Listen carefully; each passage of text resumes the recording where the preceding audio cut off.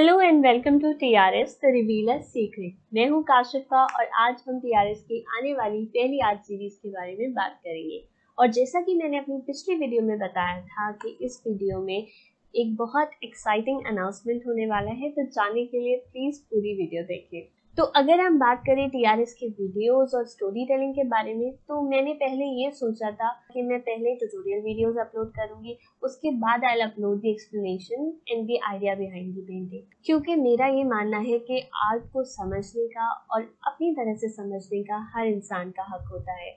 उसमें अपने थॉट्स, अपने इमोशंस और अपनी एक अलग स्टोरी ढूंढने का हक होता है। लेकिन क्योंकि रहनुमाई एक आर्ट सीरीज है, तो इसकी पेंटिंग्स बनने में और शूट होने में थोड़ा सा ज़्यादा वक्त लगता, इसलिए मैंने सोचा कि पहले मैं आपको एक्सप्लेनेशन वीडियो दे देती हूँ, उसके बाद painting by painting tutorial videos आती रहेंगी। कमिंग ऑन टू रहनुमाई, let's talk about the meaning first. रहनुमाई एक उर्दू वर्ड है जिसका मतलब होता है गाइडेंस, या कह सकते हैं किसी को रास्ता दिखाना। किसी की लाइफ में रहनुमाई या गाइडेंस किसी भी फॉर्म में आ सकती है। जरूरी नहीं कि कोई इंसान ही दूसरे इंसान को राह दिखाए। कभी कभी कुछ चीजें ही हमें हमारी मंजिल तक पहुंचने का रास्ता दिखा देती हैं। तो हमारी आर्ट सीरीज भी ऐसी ही कुछ चीजों से मिली रहनुमाई से वाबस्ता है। रहनुमाई a series of direction 4 abstract painting की एक सीरीज है, जहां हर पेंटिंग की अपनी एक इंडिविजुअल स्टोरी है और उन चारों पेंटिंग को मिला के एक कंप्लीट स्टोरी बनती है, जो सारी स्टोरियां रहनुमाई थीम पे बेस्ड है। तो चलिए बढ़ते हैं अपनी पहली पेंटिंग स्टोरी की तरफ।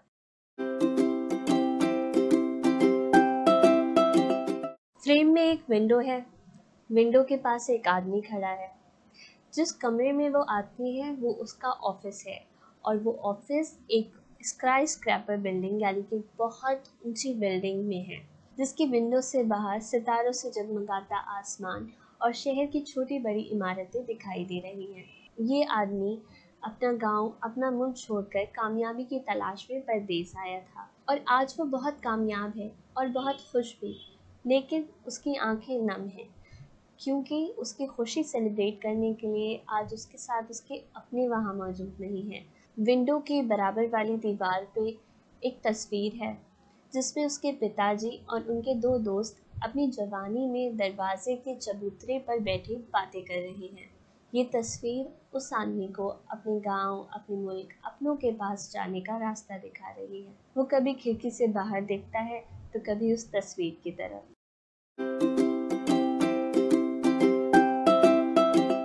तो ये थी हमारी पहली कहानी। चलिए बढ़ते हैं अपनी दूसरी कहानी की तरफ। एक छोटे से कमरे में छोटी सी खिड़की के बराबर में एक कुर्सी है।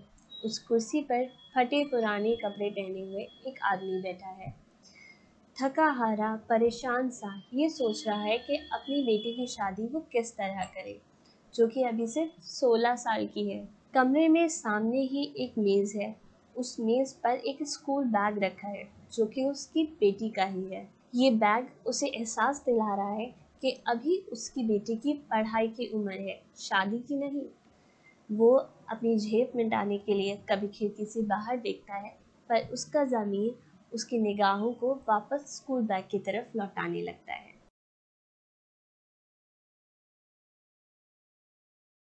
तो ये थी हमारी दूसरी कहानी। चलिए बढ़ते हैं अपनी तीसरी कहानी की तरफ। शाम का वक्त है। पार्क में रास्ते के किनारे एक बेंच पड़ी हुई है। उस बेंच पे एक थका हारा, परेशान सा एक आदमी बैठा है। वो उदास है क्योंकि उसकी नौकरी चली गई है। आसमान की तरफ देखता और ये सोचता है कि बस कहीं से कोई मदद आ जाए। पार्क की उसी बेंच पर एक बच्चा ड्राइंग बना रहा है। उसकी पेंटिंग रंगों से भरी हुई है। वो आदमी जब उस बच्चे की पेंटिंग को देखता है तो उसे अपने आर्टिस्ट बनने का सपना याद आ जाता है, और वो सोचता है कि शायद ये पेंटिंग वही मदद है जो वो चाहता है। वो आसमान की तरफ देखता है और फिर उस बच्चे की पेंटिंग की तरफ देखकर मुस्कुराता है।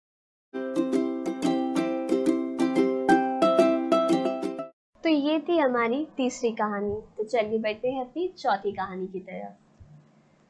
गांव में एक पुराने से घर के दरवाजे के आगे एक बरामदा है। उस बरामदे के चबूतरे पर 3 दोस्त अपनी जवानी के किस्से याद करते हैं, और याद करते हैं कि कैसे उन तीनों के बेटे आपस में कितने अच्छे दोस्त थे, और इन्हीं गलियों में खेलते फिरते थे। आज उन तीनों के ही बेटे उनसे बहुत दूर हैं। कोई परदेश जाकर सालों से न लौटा, तो कोई शहर जाकर अपने बच्चों में मसरूफ हो गया, तो कोई नौकरियों की तलाश में खुद ही गुम हो गया। चबूतरे के किनारे पर कुछ चिट्ठियां पड़ी हैं जो कि पड़ोसियों के बच्चों ने अपने रिश्तेदारों को भेजने के लिए रखी हुई हैं। वो तीनों उन चिट्ठियों को देखते हैं और सोचते हैं कि कुछ ऐसी ही चिट्ठियों के सहारे उन तीनों के बच्चे फिर से इन गलियों में इकट्ठा होंगे। वो तीनों एक दूसरे की तरफ देखते हैं, मुस्कुराते हैं और फिर सर झुका लेते हैं। तो ये थी हमारी रहनुमाई की 4 कहानियाँ।